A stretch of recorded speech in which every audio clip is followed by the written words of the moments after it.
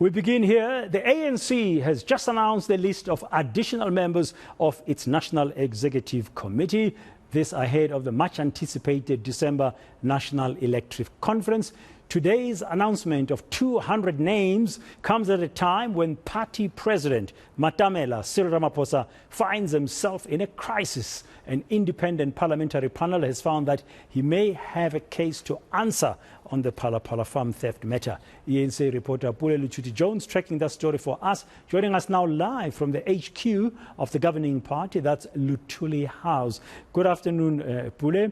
Well, we've seen that live briefing about who will be nominated to be in the new National Executive Committee of the ANC at this elective conference, this national conference that's coming up today. So, Pule, tell us, any surprises?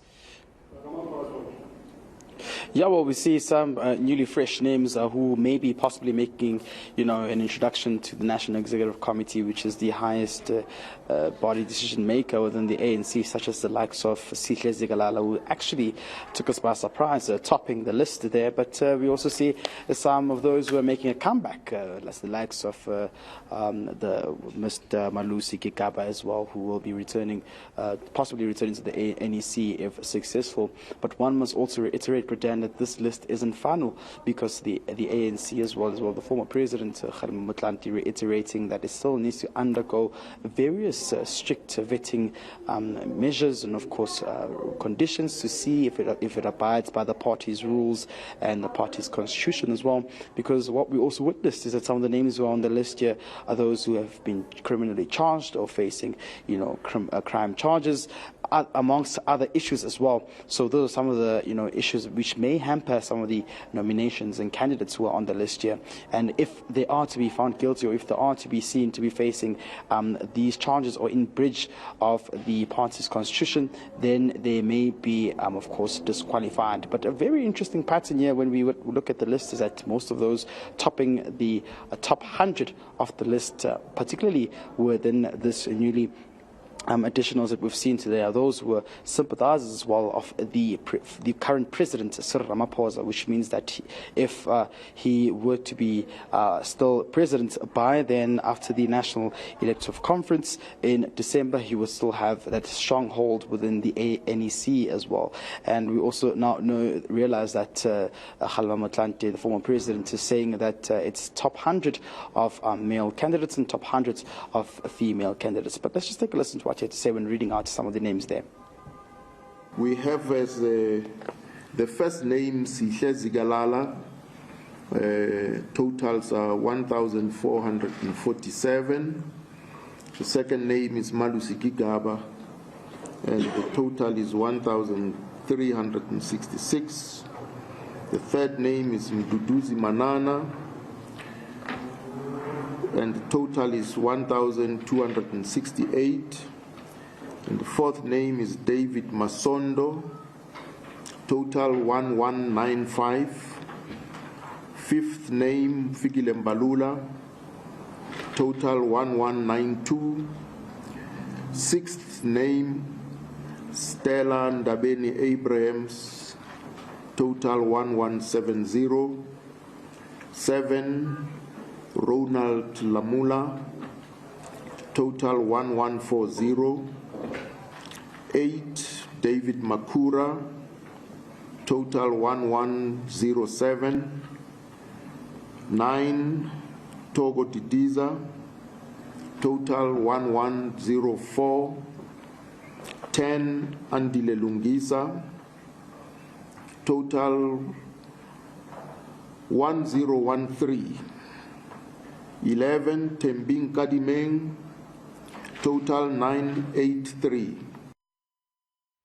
Okay, that's Kgalema Motlanthe there, who heads up the ANC's Electoral Committee. Pule reading out some of those top names. Of course, it was a list of 200, and from whom I understand, Pule, about 80 or so new members of the National Executive Committee will be elected come the 16th of December at Nasrec, when the ANC holds its 55th National Conference. But as you said, Pule, this list could still change.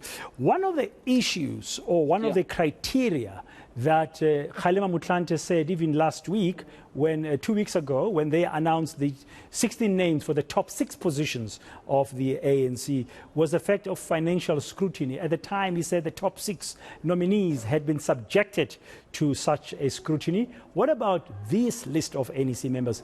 What did he say?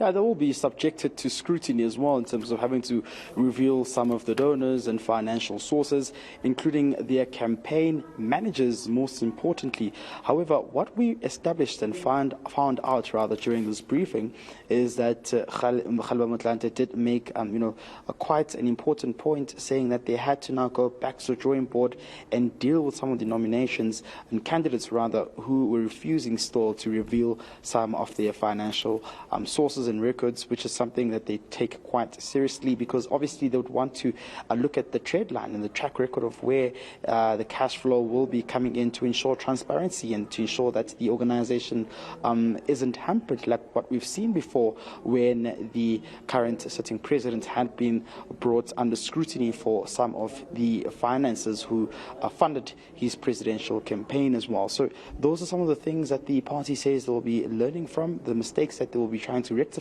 But most importantly, this is something that they say should be looked into thoroughly. It will be part and parcel of the vetting process, which the ANC will be deeming as very important to ensure it enrolls quite tested, credible, and of course those who have integrity when having to ensure that they are successfully nominated at December conference into the NEC positions as well. Let's just take a listen to what the party's stance is on this matter. This list is work in progress because the vetting process is ongoing, and therefore it may change, because the names we've read out are people who have accepted and confirmed that they accept their nominations. So if any one of the names would not meet the criteria as spelled out in the rules as well as the constitution of the ANC, those names would no doubt be disqualified, and that would be communicated to the affected comrades accordingly. Now, in working through this data, we have not quite gotten to a point where we analyze the trends, other than that the ANC is experiencing difficulties with regards to the gender parity question.